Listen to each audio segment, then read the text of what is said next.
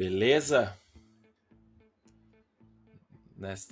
Nessa sexta-feira de manhã, 8º episódio aqui do podcast Depara. Tema de hoje, produto. Produto em startup, né? Produto de tecnologia. Você que está ouvindo aqui, imagino que você seja de tecnologia, né? Tem algum envolvimento. Mas é bom deixar claro que a gente está falando de produto, não é aquele produto do supermercado, né? É produto de tecnologia. O que você acha que a gente tem que discutir sobre produto e tecnologia, Rodrigo? Bom, essa daí é uma boa provocação. Cara, eu acredito que é um meio, né? Isso daí é o meio da resolução do problema. A gente passou bastante tempo aqui falando de qual que é o problema que a gente resolve e no final do dia essa questão tecnológica pode ser um software, pode ser infraestrutura, pode ser uma API, pode ser um aplicativo, pode ser uma infinidade de coisas tecnológicas, mas no final sempre vai ser o meio, né, para resolver o problema. E, cara, eu acho assim, esse negócio de produto, nos últimos anos, ele ficou muito em pauta, né, assim, vamos falar de produto, esse tipo de coisa. Antigamente, a gente que é um pouco mais velho, um pouco mais antigo, não tinha muito essa questão, né, a gente falava de sistema, a gente falava de análise de requisito, e aí, hoje, eu até, algum tempo atrás, eu até me confundia muito isso, né? Mas qual que é a diferença de um gerenciamento de produto para um gerenciamento de projeto? Qual que é a diferença de um discover para uma análise de requisito? E acho que, como toda novidade, toda coisa nova, teve muito mal entendido também, assim, sabe, cara, que eu vi no mercado. Eu vi uma questão muito... Antigamente eu via isso com pessoas de teste, assim, sabe? Testers ou pessoas de qualidade. Todo mundo achava que podia fazer qualidade de software, assim, sabe? Qualidade é só testar aqui, eu vou testar e vou ver se funciona ou se não funciona. E não é bem isso, né? Acho que existe metodologia, existe processo, existe estudo, existe preparação para você fazer um processo de teste correto. E de produto, o que aconteceu recentemente, eu vi isso assim também, né? A galera acho que meio que subestimou a complexidade de se desenvolver um produto, de entender um mercado, uma dor, das etapas que existe. E aí acho que todo mundo achou que, cara, poderia entrar em produto. E todo mundo pode, né? Não tem, né? Não é isso. Mas eu acho que o erro é subestimar o nível de complexidade, o nível de seriedade que é necessário para você estar à frente disso numa startup.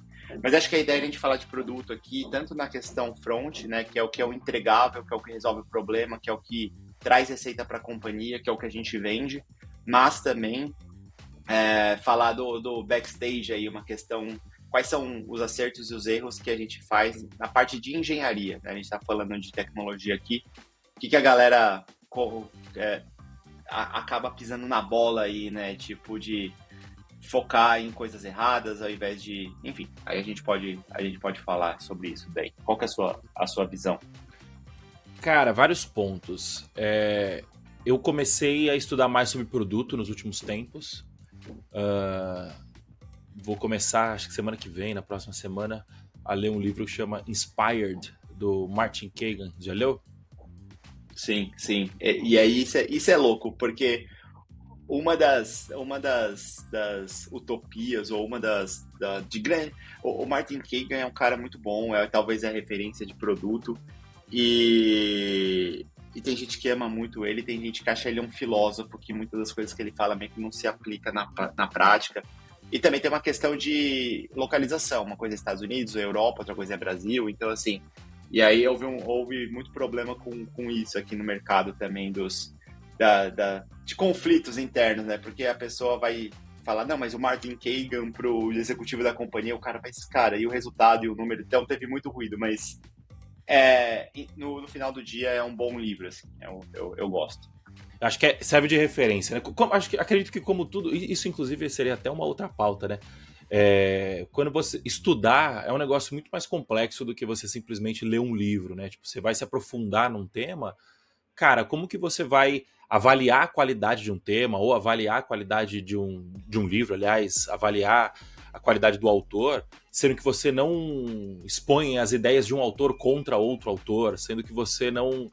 É o que você falou, cara, é um bom livro, às vezes o cara tem uma visão mais filosófica da parada, e às vezes você vai pegar um outro autor que vai ter uma visão muito mais pragmática e orientada a números.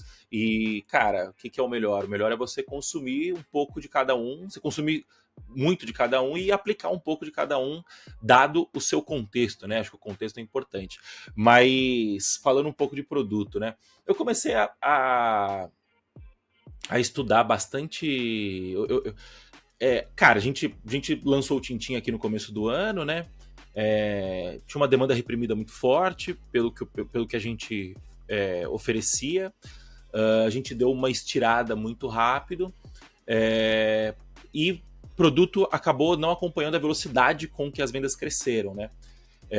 O que isso significa? Significa que às vezes não entra gente aqui que não está 100% dentro do perfil que a gente vai conseguir resolver o problema. Às vezes o cara está com um problema que a gente ainda não consegue resolver. Às vezes a gente consegue resolver o problema bem para uma pessoa e não consegue resolver bem para outra pessoa, né? E aí isso me levou 2023, eu fiquei bastante focado em marketing e vendas. Finalzinho de 2023 eu já comecei a olhar mais para produto, né? Para poder olhar e falar, beleza, bom, a gente vendeu bastante, a gente trouxe muito cliente para dentro, a gente resolveu o problema de muita gente, a gente não resolveu o problema de algumas pessoas. O que eu tenho para aprender com tudo isso aqui para a gente melhorar o nosso produto, né? E aí eu comecei a procurar literatura sobre isso, né? O Marty Kagan foi um que eu cheguei.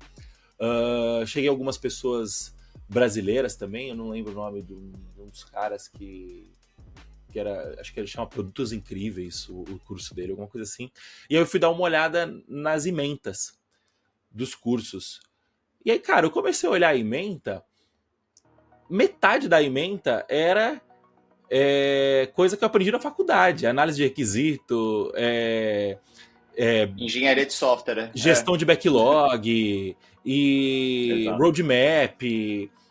E eu falei, cara, tem muita coisa aqui que eu já sei, porra. Eu só sabia com outros nomes, né? Tipo, como escrever uma história de usuário, como escrever um user case. Eu falei, porra, eu aprendi tudo isso na faculdade já, né?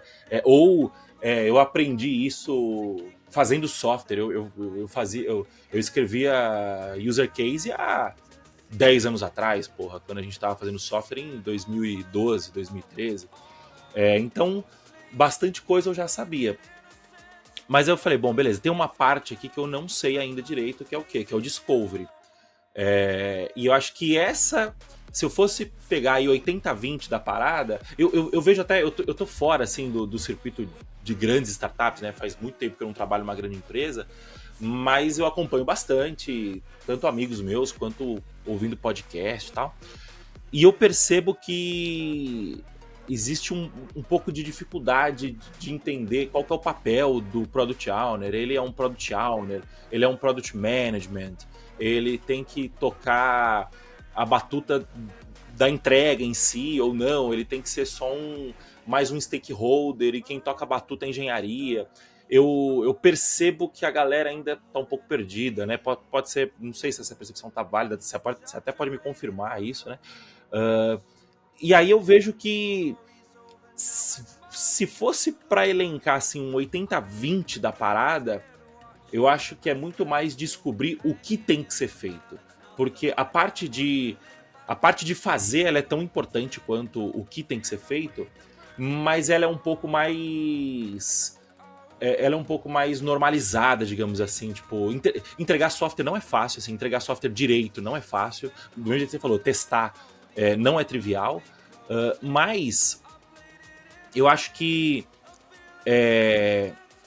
dado que você já sabe o que precisa fazer, eu acho que é menos difícil encontrar o caminho de como fazer.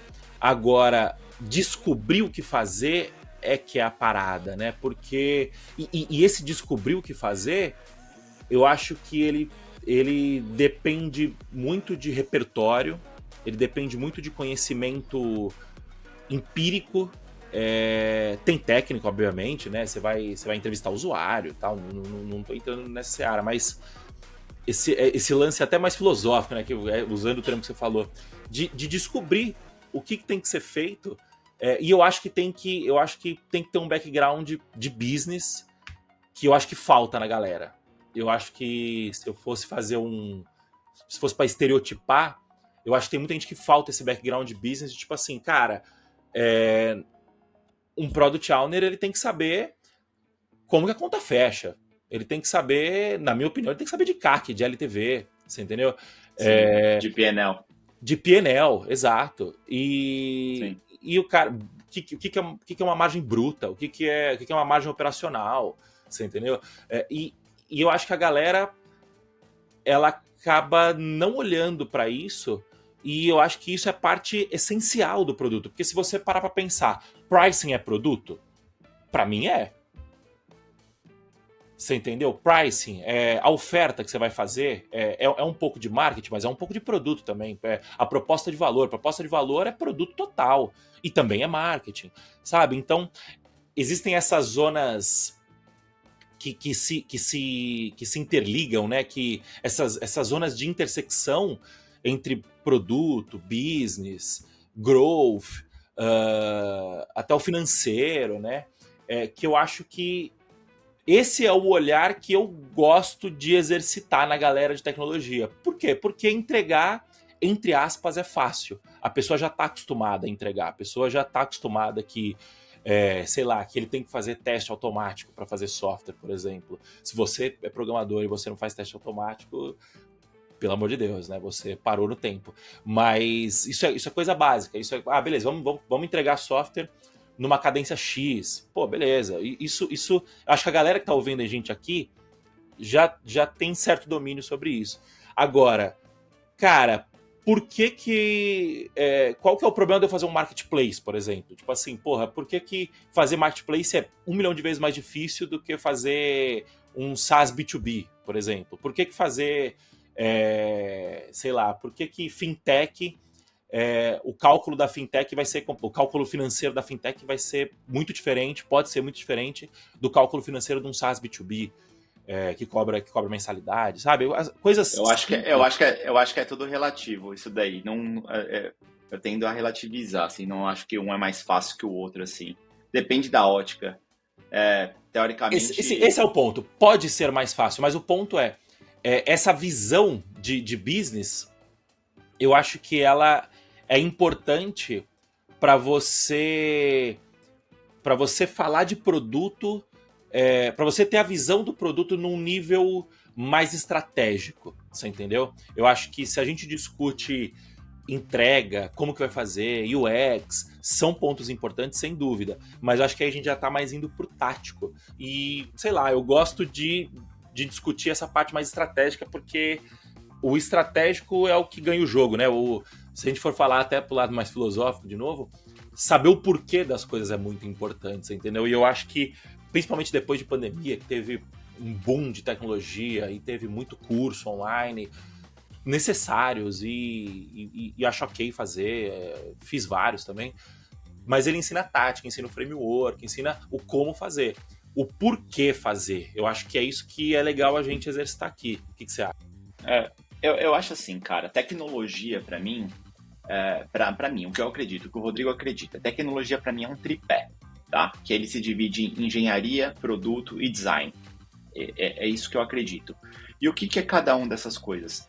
Produto é o que vamos fazer e o porquê vamos fazer, tá? Então, existe um time ali responsável por entender essa parte do processo. Engenharia é o como vamos fazer, como vamos pegar isso que entendemos que precisamos fazer e vamos construir. E design é com que experiência, como que a gente entrega isso, como que a gente encanta o cliente. Quando você junta tudo isso, essas três coisas, se você fizer bem, esses três grandes times trabalharem bem entre si, você vai ter uma entrega de valor muito grande. Esse é um ponto, tá? Então, quando eu olho para as empresas que... E aí volta um pouco do que você falou, de, a gente estudar, aprender, você pode aprender de diversas formas, né? Então, eu vou pegando as minhas referências de empresas de tecnologia e eu cheguei nessa fórmula, eu cheguei nessa conclusão. Então, como que eu é o meu papel aqui, tá? Assim, voltando um pouco mais atrás. Meu papel de CTO numa startup, série B, que tem um board grande, muitos investidores. Eu sou um executivo dentro da companhia.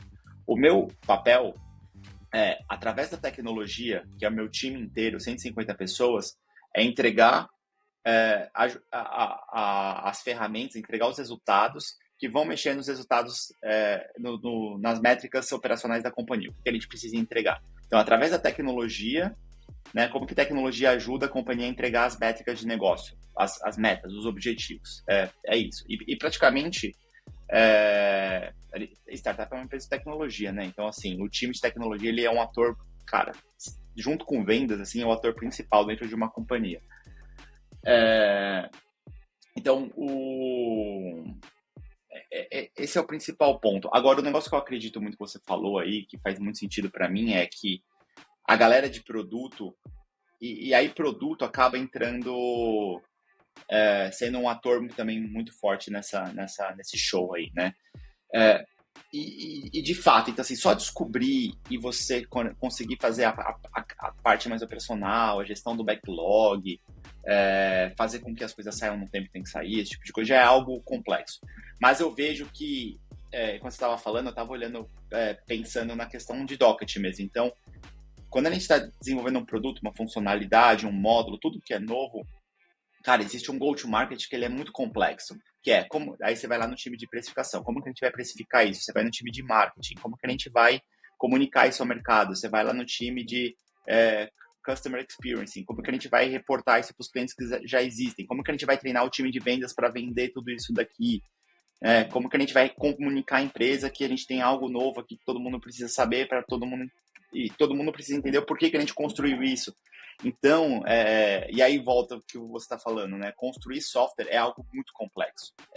Quando eu penso em todas as caixinhas que existem e como esses times têm que estar remando junto, indo para a mesma direção e na mesma sincronia, é quase que se fosse uma orquestra, sabe? Você tem... O que é uma orquestra? São vários músicos que tocam diferentes instrumentos e você tem que fazer com que a música saia perfeita, no ritmo. Tem hora que você vai subir o tom, tem hora que você vai baixar a dinâmica, mas no final do dia, se alguém tocar errado ali, não vai ter um espetáculo bom, assim. Então, é complexo, porque dentro de uma orquestra você precisa ter os melhores músicos, só que se esses músicos não estiverem trabalhando, né, entre si da forma correta, no tempo correto, como eles precisam trabalhar e seguindo as instruções de quem está coordenando ali, de quem está liderando, que no caso é o maestro, cara, o espetáculo para quem está assistindo vai ser horrível. Então, é isso, assim, se o time de tecnologia, que é isso que eu te falei, engenharia, produto e design, simplificando, porque é mais, né, vai ter os outros times ali, mais de back-office, né, então, pricing, times de business analytics, aí tem os outros times, o time de go-to-market, de marketing e vendas. Se esses times não estiverem entrosados, alinhados entre eles, cara, o output, ele vai ser ruim.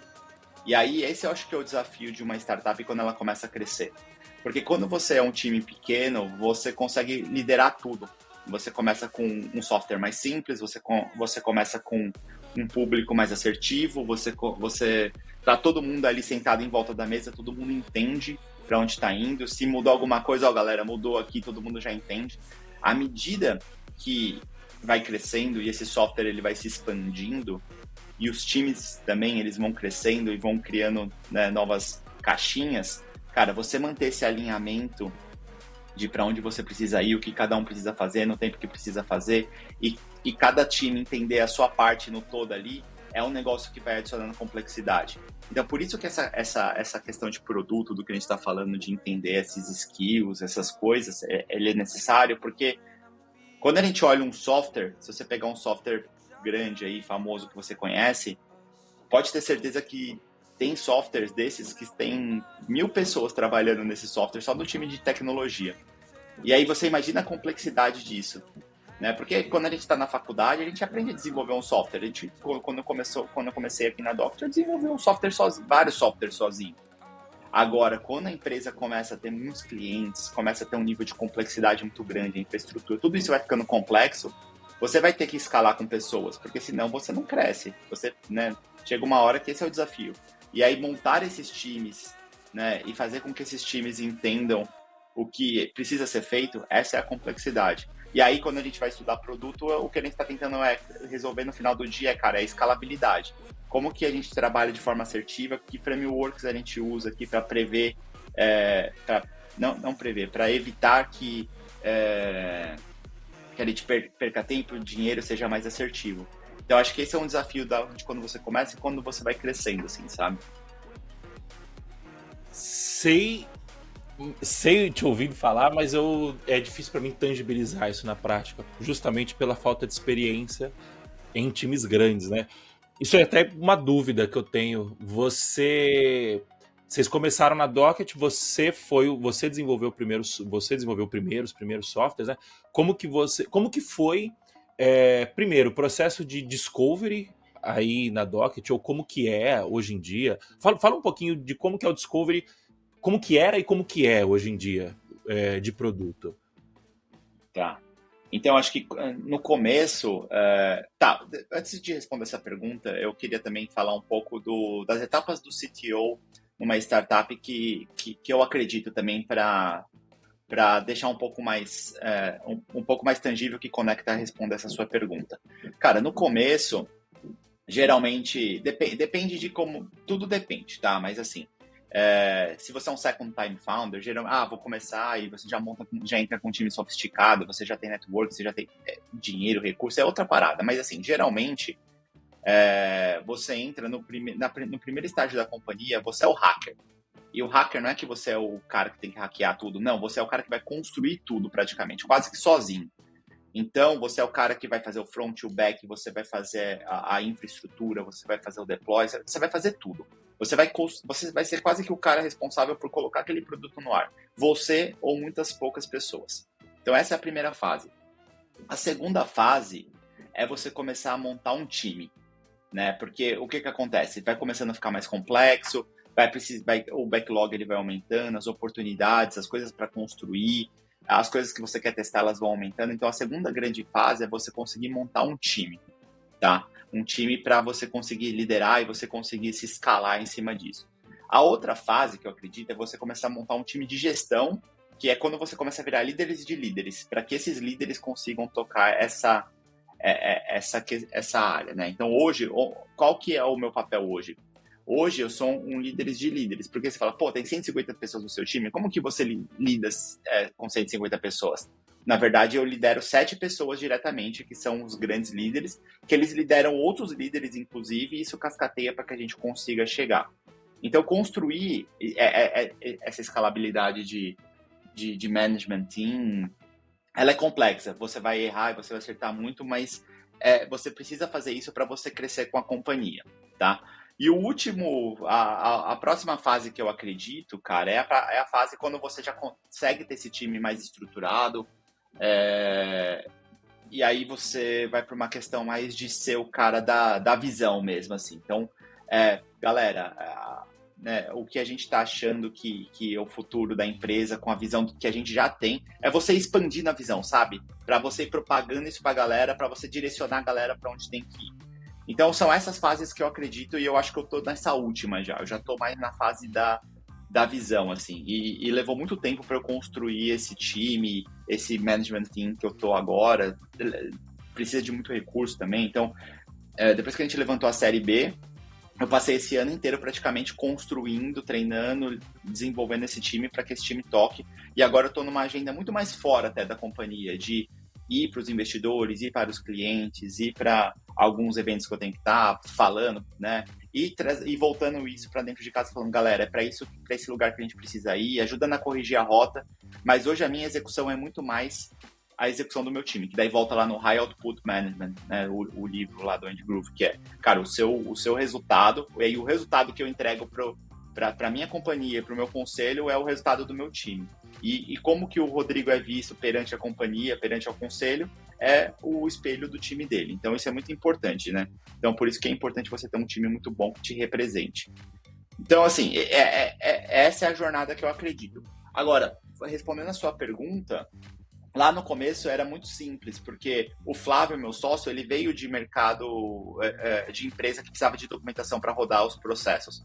Só que a gente entendeu muito rapidamente que não dava para 3 pessoas conseguirem. Por mais que eu fosse esse hacker que eu expliquei, e eu conseguisse fazer qualquer software praticamente, é muito complexo você vender para uma construtora, para um banco, para uma financeira. Você vai ter requisitos de segurança do escritório, assessments, certificados que você precisa ter. Então a gente sabia que, cara, não ia dar para entrar direto para atender essas grandes empresas do Brasil. Então a gente começou com e-commerce, que a gente falou, então assim, ao invés de atender as maiores empresas do Brasil, vamos atender as pessoas físicas, igual nós aqui, né? Então, e que produtos a gente vai ofertar? A gente vai ter um e-commerce e vai vender segunda via de certidão de casamento, nascimento e óbito. Geralmente você precisa eventualmente você precisa dessas certidões, se você perdeu a sua, ao invés de você ir no cartório, ter a experiência do cartório, você poderia ir no nosso site e ter uma experiência muito melhor e receber na sua casa. Então, foi assim que a gente começou. E aí, o que acontece? A gente operacionalizando isso, a gente foi aprendendo muito de como se operacionalizar isso, e foi muito interessante, porque a gente começou a usar o recurso das vendas para financiar e para aprender sobre o mercado. E aí, naturalmente, veio um cliente, empresa, um banco muito grande, pelo Forms, pelo contato do e-commerce, e aí foi que a gente já usou todo aquele know-how para ir migrando, para ir entendendo. Mas o processo de discovery, cara, é muito simples na minha cabeça. Cara, qual que é o problema que você está resolvendo? E aí você vai quebrando esse problema e você vai testando, entendeu? Você vai acertando sobre isso. E aí foi que a gente conseguiu desligar o e-commerce e começar a desenvolver software para as maiores empresas do Brasil nessa questão de obtenção de documentos. Só que a gente teve que desenvolver softwares específicos para cada cliente no começo. A gente não sabia como que ia ser o software, assim, sabe? Em 2018 a gente chegou numa plataforma única, que eu conseguia ofertar para qualquer vertical e para qualquer cliente do Brasil. Mas antes eu tive que desenvolver um para construtora, um para uma financeira, 2 para financeira. Enfim, foram vários softwares que a gente foi. E aí é aquela parada, você tem que fazer uma parada que não escala para você aprender. E aí falou, pô, agora a gente já sabe como a gente faz um software genérico, que é um software escalável. Então a gente fez muito tempo um negócio que não era escalável, que não era barato. Era barato porque, cara, tipo, tinha poucas pessoas que conseguiam fazer esses softwares, mas depois a gente falou, cara, não vai escalar, se eu tiver 1.500 clientes, eu tenho que fazer 1.500 softwares. Então a gente teve que fazer esse entendimento, e aí já houve uma aprendizagem, e a gente conseguiu ter essa versão inicial desse produto mais genérico, e ao longo do tempo é uma melhoria contínua e infinita, né? São esses ciclos de produto que você vai fazendo. Agora, como é hoje, cara, hoje é um negócio um pouco mais complexo, assim. Então, volta na questão do back to the basics. Então, propósito. Estamos desburocratizando o Brasil. Tudo que tiver correlacionado com isso está dentro do nosso propósito. Mas a visão do produto é fazer com que as operações que dependem de documento, elas sejam feitas no menor tempo possível com a melhor experiência. Então, e aí existem operações no agronegócio, no setor financeiro, no setor de construção, no setor de energia, certo? E aí, o que acontece? A gente pega essas 150 pessoas desses times e a gente coloca esses times em squads, que são times multidisciplinares, que vão ter desenvolvedores, vão ter gente de ciência de dados, vão ter gente de negócio, vão ter designers, vão ter, enfim, um monte de gente multidisciplinar. A gente coloca isso dentro de tribos, então, essa tribo aqui é de innovation, essa tribo é de automação, essa tribo... Enfim, então assim, tentando resumir um pouco de como a gente organiza, a gente cria diversos times que eles estão trabalhando, construindo essa grande engenharia, assim, sabe? Então é como se você fosse construir um navio, assim, esses cruzeiros transatlânticos. Então tem gente que vai trabalhar no motor, tem gente que vai trabalhar nos quartos, tem gente que vai trabalhar na piscina. Então, assim, são muitos times trabalhando, mas no final do dia tem que entregar um navio. Então essa é a diferença. No começo você está fazendo um barquinho, né? Um barquinho, 2, 3 pessoas conseguem fazer um barquinho. Quando você vai aumentando o tamanho do barco e você chega num nível de estar quase um transatlântico, são muitas pessoas, muitos times envolvidos. E aí é importante ter alguém que conecta todos esses pontos, geralmente é o head de produto junto comigo, o cara de design, de engenharia, mas é importante ter essa visão do todo para saber que o que aquela pessoa está construindo vai juntar com o que a outra pessoa está construindo, no final do dia vai ser aquele produto final ali, né? Então, eu tive que dar uma resposta mais complexa, porque senão as coisas não se conectam, né? Os pontos não se conectam. Não, mas faz todo sentido e eu achei genial, porque falando do meu caso aqui, da minha experiência, do que eu tô acostumado a fazer, eu não tô acostumado a fazer software enterprise, por exemplo.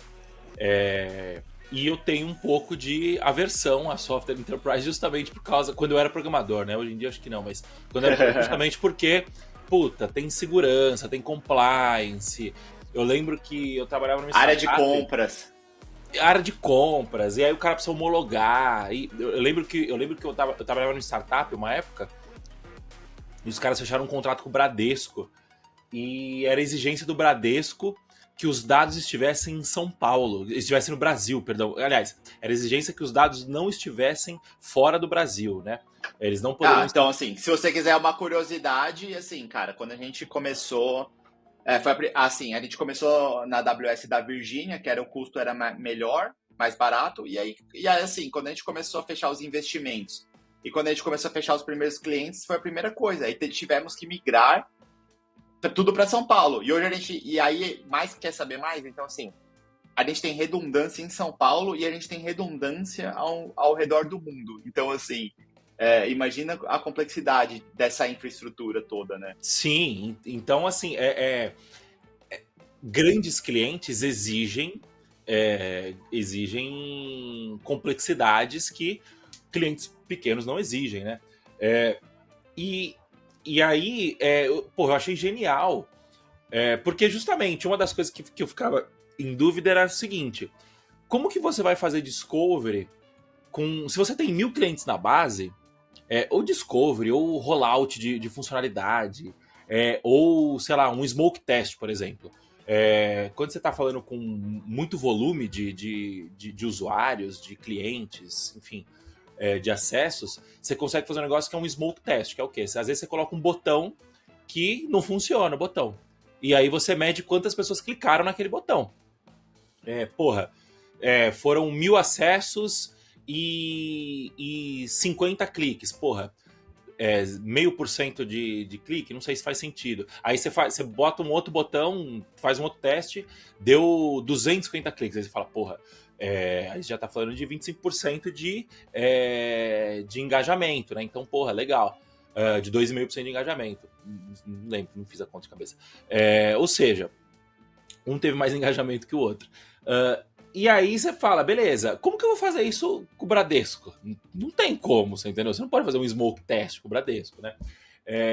E aí uma das minhas dúvidas, justamente por falta de experiência, né, com esse tipo de coisa, era como que você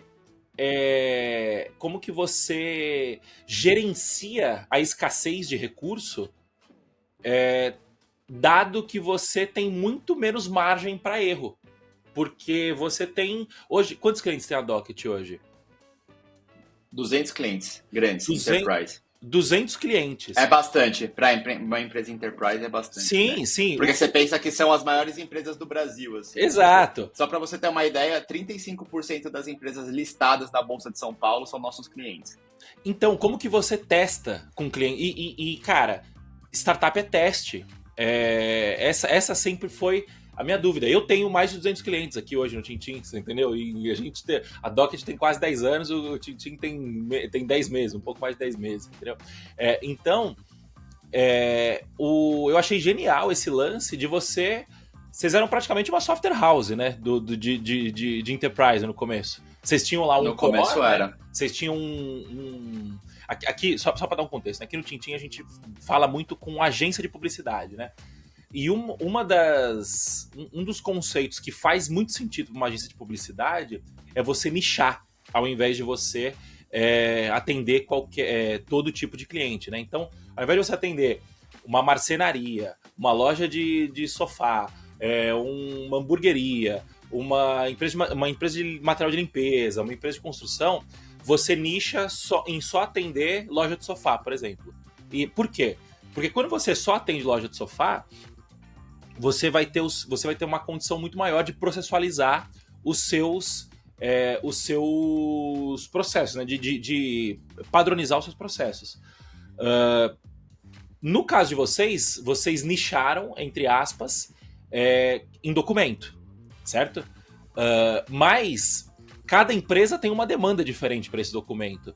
Então, vocês tinham que construir um software para cada empresa no final do dia. O motor era o mesmo de emissão de documento, né, de gestão de documento, mas a carcaça do software, né, o CRUD, a gestão, era basicamente um para cada empresa, era isso. Quanto tempo foi isso? Era em partes, assim, né? Porque o que acontece?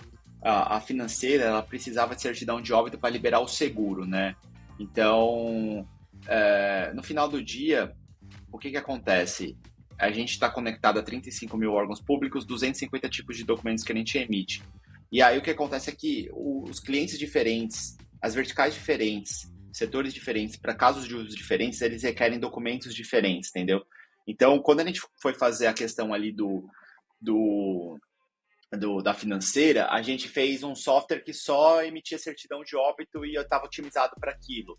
Aí quando a gente foi fazer um software de home equity, que é crédito com garantia imobiliária, o pool de documentos, o conjunto de documentos, ele era um conjunto maior, então a gente teve que fazer um software mais otimizado para isso.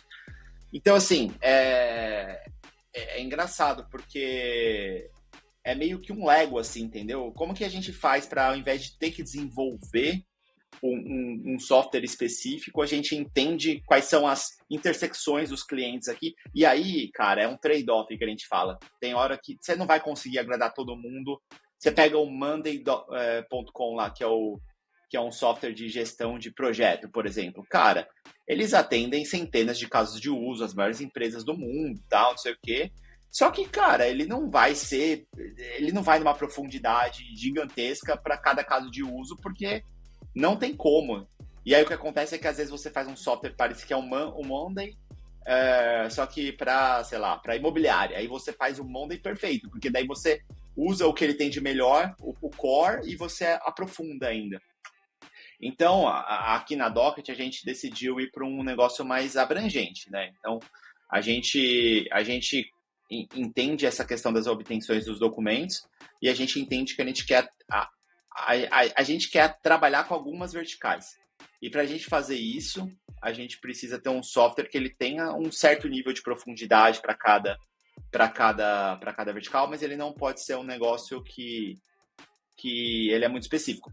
Agora, é o seguinte, cara, o que você falou, trabalhar para enterprise é muito diferente. É muito. E assim, às vezes você tá... A gente já fez a besteira ali de estar atendendo enterprise e small medium business, a gente já fez. Cara, é diferente. A gente repetiu o erro, porque quando a gente tinha um e-commerce, a gente estava rodando o e-commerce e a empresa B2B ao mesmo tempo, né? Quando a gente acertou o produto, que era o produto que a gente ia vender. E aí, são duas empresas ao mesmo tempo que você roda, porque são dois produtos, são dois tipos de clientes, são dois atendimentos, são dois processos de venda, é tudo assim. E aí a gente desligou isso em 2018, e de 2018 para cá a gente virou Docket e a gente só atende empresa. Só que nessa questão de experimentação, eu não sei se foi um erro, tá? Um aprendizado. A gente também experimentou SMB, só que é muito diferente também. As demandas do SMB, beleza, você vende mais rápido, só que o ticket é mais baixo. Você vai precisar ter outro tipo de pessoa para atender. Então, assim, hoje a gente está focado muito nas médias e grandes empresas do Brasil. E a gente entende isso e a gente modela o nosso planejamento estratégico em cima disso. O que isso quer dizer? A gente sabe que vai demorar alguns meses para você fechar uma conta enterprise. Não é da noite para o dia, né? Existe todo um processo. Às vezes vai mais rápido, às vezes vai. Só que isso é atípico. O típico é que demore mais, porque é um processo mais complexo. É vender uma solução mais complexa. Outra coisa, como que você nem se falou, como acontece com o cliente? A gente está muito mais perto do nosso cliente. Então, a gente tem times aqui de business analytics, de service designers, a gente tem time de produto, a gente tem time de projeto, a gente tem time de processo. E aí, para cada cliente, a gente faz um entendimento de qual que é o squad que a gente tem que montar desse time multidisciplinar para esse time morar com o cliente ali, para a gente entender da esteira dele, para a gente conseguir oferecer a melhor solução. Fora os times de treinamento, de onboarding, de suporte. Então, assim, fazer software é um negócio muito complexo. Por isso que eu tenho até um pé, assim, abrindo um parênteses assim, eu tenho até um pé atrás com essa questão de micro SaaS, que aparece um pouco hoje. Como eu mexo com SaaS, o meu Instagram é uma propaganda assim, outra também é micro SaaS. E eu fico meio com o pé atrás, porque a complexidade disso, de você colocar um software, e se você for escalar, é um negócio que talvez, eu não sei se é ingenuidade ou se é de forma proposital ou se eu tô errado, mas assim, eu acho que a mensagem ali, ela tá sendo muito simplista em cima do que realmente é você entregar um software para um cliente independente do tamanho, assim. Mas é um parênteses isso. Então, assim, tem várias particularidades, fora essa questão da segurança, fora essa questão da auditoria, fora essa questão de... enfim, né, cara, você vender para um time, para uma área de compras de um banco, de uma indústria agro, quando você senta na mesa com essas pessoas são pessoas muito sofisticadas, muito inteligentes, assim, elas são heads, elas são superintendentes. Então, você precisa garantir, você precisa estar seguro que a sua solução, ela é uma solução, porque o cara com duas perguntas, e às vezes não é uma pergunta nem de negócio, é uma pergunta financeira. Fala, mas aqui a conta não está fechando, não sei o quê. E se você não estiver preparado para isso, você não vai saber justificar, né? Então, assim, você acaba precisando ter um time mais sênior também, né? Então, assim, quando você está vendendo para SMB ou para B2C, talvez você pode ter um time mais jovem, que vai falar com um público mais jovem e vai se entender.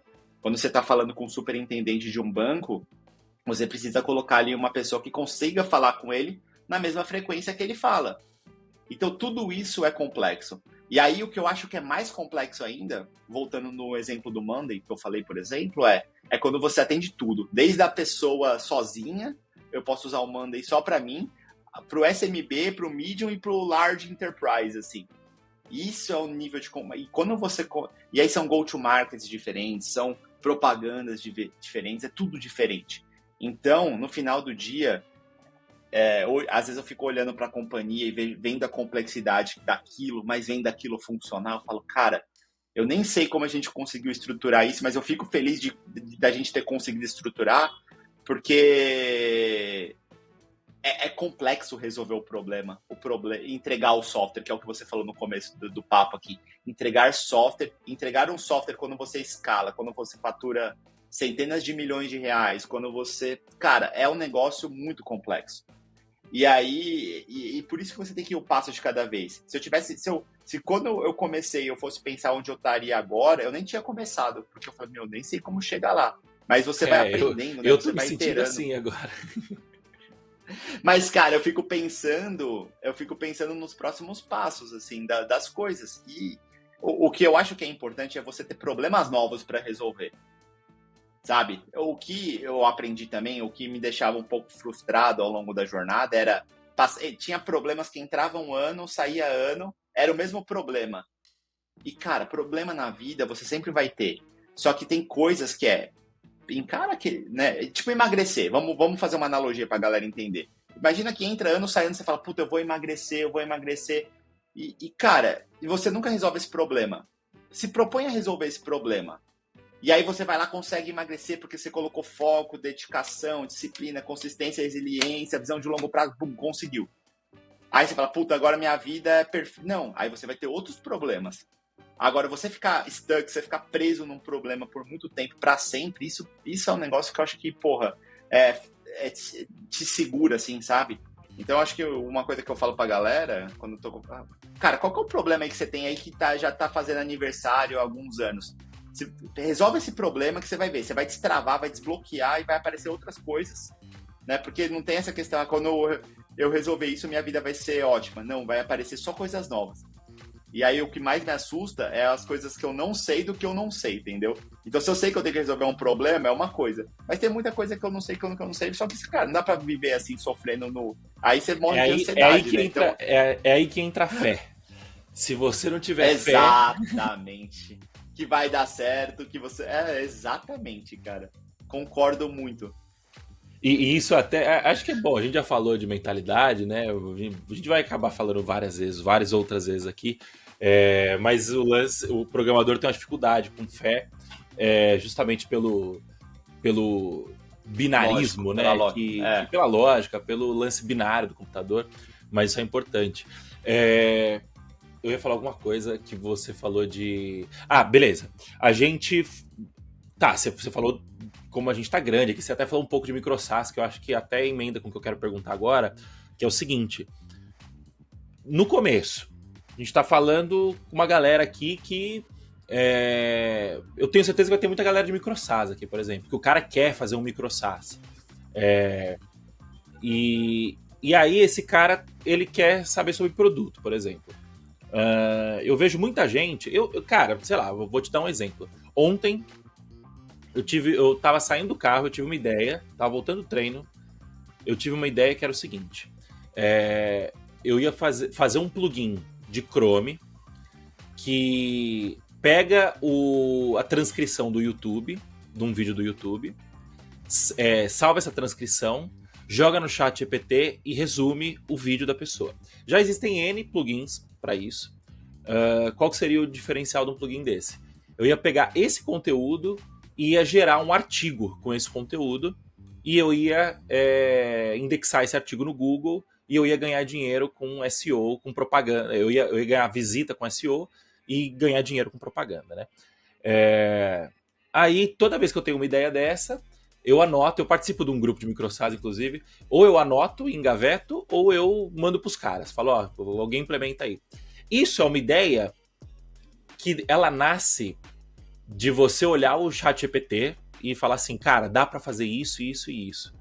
Ela não é uma ideia que nasce de um problema. Ela é uma ideia que nasce de uma solução. Não sei se você teve muitas ideias assim. Eu já tive muitas ideias de, cara, a minha ideia nasce de uma solução. E a questão de uma ideia que nasce de uma solução é que o que vai acontecer? Você vai ficar procurando um cliente para sua solução. Você entendeu? E eu acho que isso é um problema. Eu acho que isso é um problema por quê? Porque talvez você ache, mas talvez não. E quando você nasce de um problema, o problema de fato, ele já tem um cliente. Quando você tem um problema, você tem um cliente já. A questão é que você só precisa resolver esse problema para esse cliente. Colocando esses dois pontos na mesa, como que você acha que uma pessoa que está saindo do 0 para o 1, do 1 para o 10, técnica, qual que é a visão de produto que ela tem que ter em relação a resolver problema, como que resolver problema se conecta com o produto nesse estágio mais inicial, na sua visão? Ficou claro que a minha... Ficou. E assim, a minha resposta é muito simples, cara. Eu falo, eu evangelizo isso lá na empresa e eu falo, cara, não se apaixone pela solução nunca, assim, sabe? Tipo, porque às vezes eu vi isso, né? Muitos times trabalhando às vezes muito tempo e forçando naquela solução e a métrica não vindo, né? E no final do dia, cara, fala, galera, vamos tentar por outro caminho, porque esse daqui nitidamente não tá não tá funcionando assim, né? Então, o que acontece? É aquela questão do problema. Que problema que você vai querer resolver? Quando você me fala dessa solução, aí você tem que eu te pergunto, tá, que problema que você tá querendo resolver? Eu tô querendo... Qual que seria o problema nesse caso aí? Não tem um problema. Assim, tem um problema, que é você resumir o vídeo do YouTube. Mas é um problema que já está sendo resolvido. Mas qual que é o problema? Mas será que o problema não é o cara, ele quer estudar mais, ele quer se desenvolver mais, ele quer aprender, ele não tem tempo? Eu não sei, entendeu? Porque o que acontece? O que eu penso, cara? Geralmente, os melhores produtos que eu conheço, que eu me referencio, que eu me baseio, a pessoa que tem o problema, ela nunca ia chegar naquela solução, entendeu? Então, qual que é o seu desafio? O seu desafio é enxergar um problema que você quer resolver e você tenha uma certa, não vou falar paixão assim, mas uma certa vontade ali de resolver aquele problema, porque você vai ficar muito tempo resolvendo aquele problema, assim. Se for numa startup VC-backed, por exemplo, cara, são 10, 15 anos no mínimo. Então, assim, se for algo que você não gosta, você vai desistir. Então, cara, qual que é o problema? Depois, você vai entender, você vai conversar com as pessoas que têm esse problema, e aí você vai começar a testar, iterar bem inicialmente, aquela questão de MVP que a gente fala, as primeiras versões do produto. Até você chegar num nível que você fala, puta, eu tenho eu tenho um produto que resolve esse problema. E aí você vai validar com essas pessoas que têm esses problemas. E aí a pessoa falou, puta, resolve, ou não resolve, não sei o quê. E aí é o que a gente falou de Product Market Fit. Então o seu desafio é, eu tenho um problema, eu vou iterar até chegar no Product Market Fit. Uma vez que eu tenho o Product Market Fit, qual que é o desafio? É como eu comunico isso para o mercado, para outras pessoas que têm esse problema, que eu tenho uma solução. E isso é um desafio também. Se você não tiver audiência, se você não tiver um time de marketing, se você não tiver recurso. Porque, cara, você entende que você pode ter o melhor produto do mundo. Se você não conseguir contar para as pessoas que você tem o melhor produto que resolve o problema que as pessoas têm, não vai funcionar.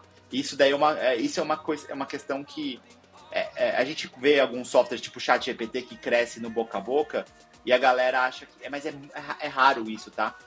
Eu conheci pessoas, empresas que têm produtos maravilhosos mesmo, estado da arte, e não funciona. Então é muito raro. Então você não pode contar com isso. Então seu desafio tem um problema que eu quero resolver de um mercado, de uma audiência. Eu vou achar algumas pessoas e vou, né, iterando ali a minha solução inicial até chegar num nível de maturidade. Fala, pô, resolve. Isso aqui já tá bom para ser escalado. E aí depois o desafio cara, como que eu escalo isso? Como que eu comunico para o maior número de pessoas e faço essa venda? E depois é como eu faço o onboarding disso e a retenção e a expansão disso. Aí volta no que você falou brilhantemente no começo desse episódio aqui. Fazer SaaS é difícil pra cacete. Fazer software, fazer empresa de tecnologia, qualquer um é difícil. Porque olha quantas variáveis, olha quantas caixinhas. E assim, já aconteceu aqui, inclusive. Eu considero que a gente tem um produto excelente aqui. E a gente teve certos momentos que a gente estava pisando na bola com retenção, com suporte ao cliente, com estar próximo ao cliente, com não acompanhar o consumo dele, a utilização. E a gente começou a ter dificuldade com isso, eventualmente perder um cliente ou outro, assim, sabe? Depois a gente foi lá e contornou. Então, assim, é um equilibrar de pratos gigante, cara. E quanto a empresa cresce mais, quanto a empresa vai ficando mais sofisticada, mais complexa, são mais pratos que você tem que equilibrar. E você não pode derrubar esses pratos no chão, assim, entendeu? Entendi. Você falou duas coisas aqui. Métrica e iteração. Primeiro, métrica. Qual que é a métrica que o cara tem que olhar no começo?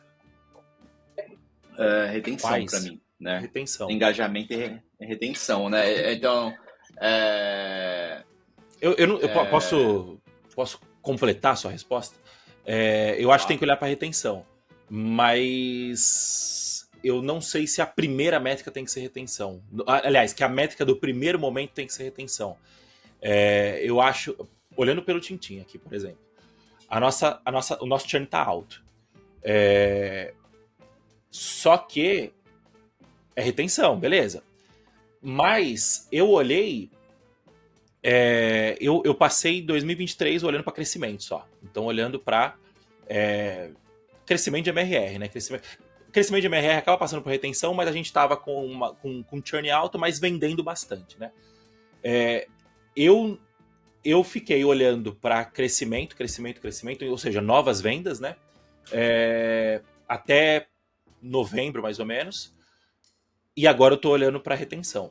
Eu não me arrependo de ter olhado para crescimento nesse começo. E não ter olhado com o mesmo afinco para retenção. Porque é o que você falou, são vários pratos. E assim, recurso limitado, alguns pratos vão cair. A sua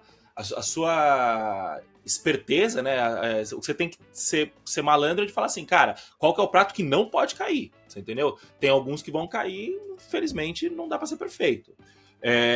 Eu olhei para crescimento. o churn ficou alto, só que eu acho que a gente mandou bem. Por quê? Porque conforme eu coloquei muita gente para dentro, eu interagi com muito cliente. Você falou de interação. Eu interagi com muito cliente, eu aprendi muita coisa, eu aprendi qual que é o cliente que a gente tem que atender.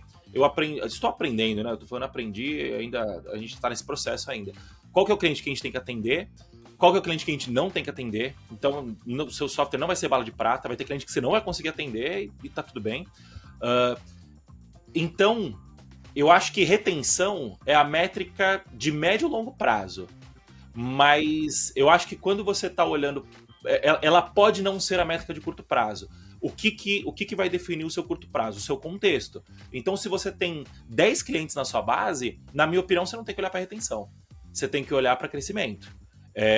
Beleza, cresceu, a retenção vai dar uma cagada. Porque você vai crescer, você não tem um controle absoluto de quem que você coloca para dentro, né? Principalmente no começo.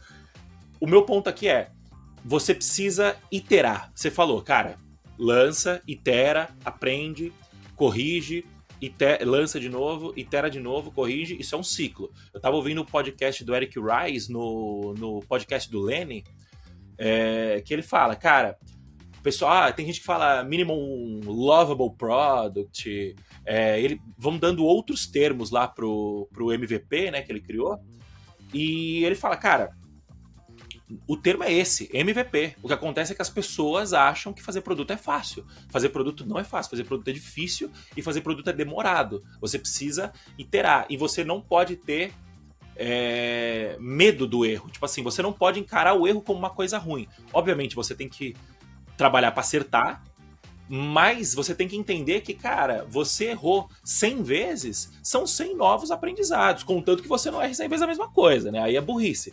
Mas você tá aprendendo, iterando. Então, eu acho que assim, você tá no começo, tá saindo do 0 pro 1, você tem que olhar crescimento.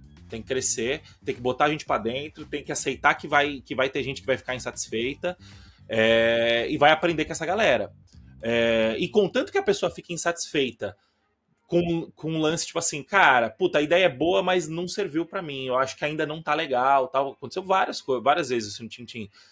2 meses depois, a gente ajustou o software, ligou pro cara e falou, olha, melhorou. Quer voltar? O cara volta. Você entendeu? Por quê? Porque você não foi, tipo assim, não foi por causa de atendimento ruim, não foi porque o cara entendeu a etapa ali e tal, enfim. Então, o meu complemento à sua resposta a métrica de médio e longo prazo é retenção. SaaS é um jogo de retenção, não é um jogo de venda.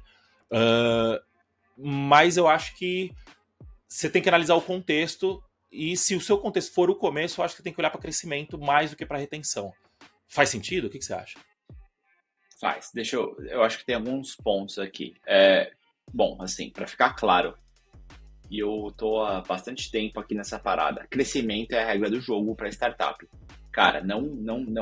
Tanto que a gente vai chegar e ver aquelas tem algum, né, o triple, double, que você deveria triplicar de tamanho nos 2 primeiros anos e nos subsequentes de dobrar de tamanho, né? Então, assim, isso é o que você deveria fazer por regra. Então, crescimento, ele é a regra do jogo, cara. Se você tem uma startup, se você tem uma empresa que ela não tá crescendo, ela tá morrendo. Pode ter certeza. Se você faturou 10 milhões no ano que vem, você faturou 10 milhões, você pode ter certeza que você tá morrendo. Você não tá, você não tá estável, né? Ou você tá crescendo ou você tá decrescendo. Então, assim, crescimento sempre vai ser, sempre. Receita, empresa é isso, assim. Se você não estiver indo para cima, você vai ter um problema. O que eu acho é o seguinte, e no começo é super justo, assim, você ter o maior... No começo, cara, é o que eu falei, eu dei um exemplo aqui, a gente fez coisa que não escalava. Porra, traz o máximo de usuário para dentro, traz o máximo de receita, com receita você vai ter grana para investir, para testar, não sei o que, beleza. Só que, o que acontece? Quando a gente está falando de empresa, a gente está falando de longo prazo. E longo prazo, e aí a questão, a retenção está linkada com market fit. Então, se você não corrigir isso, em algum momento, você vai ter um problema muito grande. Porque isso tira o valor da recorrência da companhia, talvez, né? Então, por isso que uma empresa que só faz lançamento e aproveita muito pouco aquela base que ela trouxe, tem um problema ali. Ela não é uma empresa que tem um equity atrativo. Por quê? Porque, cara, o cara foi lá, fez 10 milhões num lançamento, beleza, a retenção foi uma merda, ninguém usou, 5% das pessoas viram aquele curso, e aí no próximo lançamento ele tem que vender para outras pessoas. Entende que é um esforço infinito? E aí o que a gente quer fazer em SaaS? A gente quer empilhar dinheiro. Então o que é empilhar dinheiro? É o MRR. Então, assim, você tem um MRR de 100 mil, aí você vai lá, faz mais 5 mil de vendas, aí no outro mês você tem 105 mil, aí você vai controlando o churn, né, porque você está tendo uma retenção boa, você vai empilhando esse dinheiro e você vai tendo uma previsibilidade melhor, você consegue ter uma saudabilidade melhor da companhia e, naturalmente, a companhia vale mais. Então, assim, lembra que o jogo não é o jogo só do... Hoje, beleza, né, questão da eficiência operacional, da rentabilidade, do EBITDA, mas, cara, a gente tá vendo o jogo do equity também. Então, beleza, faz super sentido, o começo é caos mesmo, e se você for um first time founder, primeira vez que você tá fazendo, cara, faz igual eu fiz, tipo, faz produto para todo mundo, tenta de tudo, traz o máximo de receita, a gente também trazia o máximo de receita que der, só que aprende, e assim, entenda que um momento, bem no começo você vai ter que, porque assim, se você não tiver tendo retenção, imagina que você tá falando, minha retenção é uma merda depois de 3 anos. Cara, você não tem product market fit. Isso pra mim é óbvio, assim, é uma métrica de market fit. E assim, e aí o que a gente vai ter que olhar é, cara, como que esse empreendedor ele tá conseguindo trazer tanta receita e trazer tanto... A pergunta é, imagina se esse cara tivesse conseguido ter retido esses clientes, o quanto de faturamento ele tinha, que empresa que ele poderia ter. Então, assim, às vezes também isso é um demonstrativo de uma má execução, de um mau planejamento, de várias coisas.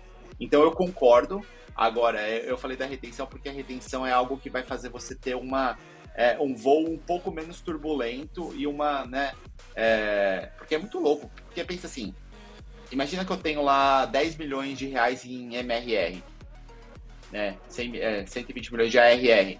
Cara, você entra o ano com isso garantido. Para você dobrar, você tem que trazer mais 120. Já é difícil, entendeu? Mas, se você tem uma retenção boa, você tem um sono mais tranquilo que já é difícil trazer a nova receita, mas que, cara, você já não parte do zero para faturar 240. Você vai partir do 120 e muito pelo contrário, se você tem uma retenção boa, você pode expandir dentro do cliente. Então, também abre outra opcionalidade. Então, eu acabei falando da retenção porque talvez é mais onde me pega, mas a sua pergunta foi assertiva no começo. E no começo é tiro, porrada e bomba mesmo, é caos, faz de tudo, aprende o máximo possível, testa o máximo possível, que talvez quando você for crescendo e você começar tendo uma complexidade maior, você vai ficar um pouco mais lento, né? Apesar da gente estar sempre tentando corrigir, sempre voltar pro basics e sempre voltar a ser ágil e se movimentar rápido, mas você vai ser um pouco mais eficiente. E aí você vai ter menos margem de manobra. Por isso que você tem que ir corrigindo, é a questão, né? Então, a analogia do barco. Um barquinho, a gente tem muito mais margem de manobra. Uma moto, você chegou numa rua sem saída, dá ré, sai empinando. Se você tem um transatlântico ali, cara, se você tem um veículo um pouco maior, todas as margens de manobra, elas ficam um pouco mais difíceis, você pode errar menos, entendeu? Porque uma coisa é você afundar um barco com 2 pessoas e elas sabem nadar. Outra coisa é você afundar um Titanic, entendeu? As pessoas podem morrer. Então, esse é meu ponto sobre isso. Cara, muito bom. Acho que cobrimos de forma suficientemente o assunto produto. Não cobrimos em absolutamente nada o assunto engenharia, que a gente tinha combinado de falar também. Mas eu acho que pode ficar para um próximo episódio de falar sobre stack, falar sobre...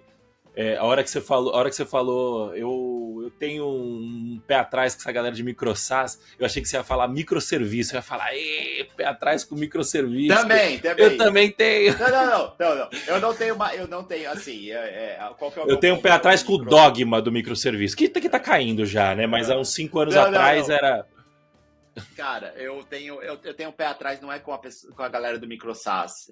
Se eu pensar conceitualmente aqui, é que, cara, eu não gosto de diminuir o potencial de uma coisa, assim, mas assim, se eu pensar no que eu entendi o que é um MicroSAS, tipo, dá pra fazer dinheiro, dá pra fazer. O que eu fico com o pé atrás é que na internet, cara, sempre tem eu não conheço as pessoas, eu tô falando que eu tô sendo inundado por isso, mas todo dia tem o esperto e o tolo, e quando ele sai na rua, dá negócio, né? E aí, assim, cara, eu tenho um pouco de receio das pessoas ficarem tentando vender. Igual antigamente era marketing digital, agora, porra, a nova onda é o micro-SaaS, assim. E, cara, e você vai fazer um negócio no no-code, não sei o quê. Calma, vamos aí. Não, eu concordo. É. Eu concordo. Eu já já vi algumas pessoas. Cara, sei lá, o MicroSAS tá meio que virando o novo infoproduto. A Isso. diferença é que, cara, é A nova tendência. infinitamente. Exato. É infinitamente mais fácil gravar um curso do que do que produzir um MicroSAS. Porque o curso, você precisa do conhecimento para fazer um bom curso, do conhecimento da didática. O resto, a infraestrutura tá toda aí já. Você tem Hotmart, plataforma de educação, você consegue entregar, é fácil entregar, no Zoom você consegue entregar. O MicroSAS, você precisa ter o conhecimento, a execução, e é difícil fazer. É difícil, cara, o Bubble, beleza. Eu tava conversando com um cara ontem que ele fez um software, cara, muito bom, que tá resolvendo a dor dele, mas claramente é um MVP. Tipo assim, não tem como escalar aquilo, você entendeu? Então, o infoproduto, se você botar mil alunos para dentro, a Hotmart aguenta atender os seus 1000 alunos. Se você botar 1000 usuários para dentro do Bubble, não sei se a arquitetura vai aguentar, não sei se a conexão com as APIs de fora vai aguentar. Existe uma complexidade técnica que eu concordo com você que ela está sendo ignorada, muitas vezes por inocência, muitas vezes por não inocência. Mas se você, cara, se você for do MicroSAS, quiser saber mais sobre MicroSAS, inclusive para você, Rodrigo, segue o Bruno Okamoto, escreve lá, Bruno Okamoto MicroSAS. Eu acho que o conteúdo dele é bem sóbrio e bem de qualidade, assim, sabe? Eu gosto bastante. Sim, Essa é a sim. comunidade que eu falei que eu tô lá. Segue lá que eu recomendo bastante. Em Beleza? todo mercado. Não, assim, todo mercado tem. Na questão de marketing digital aí, assim, tem pessoas sérias que falam a verdade e tem pessoas que ensinam a fazer besteira, né? E ganham dinheiro ensinando a fazer besteira e enganando as pessoas, assim. Então, eu não sei. Como isso começou a aparecer muito para mim, e de diversas formas, e o marketing, às vezes, ele vem um pouco meio agressivo. Eu tive essa mesma percepção que você falou, que o novo infoproduto. E tem essa questão, né, de tendências, a nova tendência. Então, se você não conseguiu ganhar dinheiro que você queria com o infoproduto, com o curso, agora é MicroSAS, é a nova onda. E assim, eu acho que tem muita Fala, gente que Rodrigão. vai se frustrar porque vai subestimar. Mas, de novo, aí volta o nosso papel aqui, cara, que comentando um pouco de quem tá nas trincheiras mesmo aqui e passando um pouco da experiência, tentando ajudar a galera aí a ser mais assertiva. Mas dá pra fazer, tá? Não tô julgando. Beleza? Beleza, show de bola. Valeu, pessoal. Siga o Rodrigo lá nas redes sociais, rodrigolopes.tech, é esse, né? O novo. E me siga nas redes sociais também, Moacir Moda. Manda sua pergunta lá, seu comentário, sua crítica. Fica à vontade aí, vamos bater um papo. A gente tá aqui para conversar. Beleza? Valeu! Valeu, falou, tchau, tchau.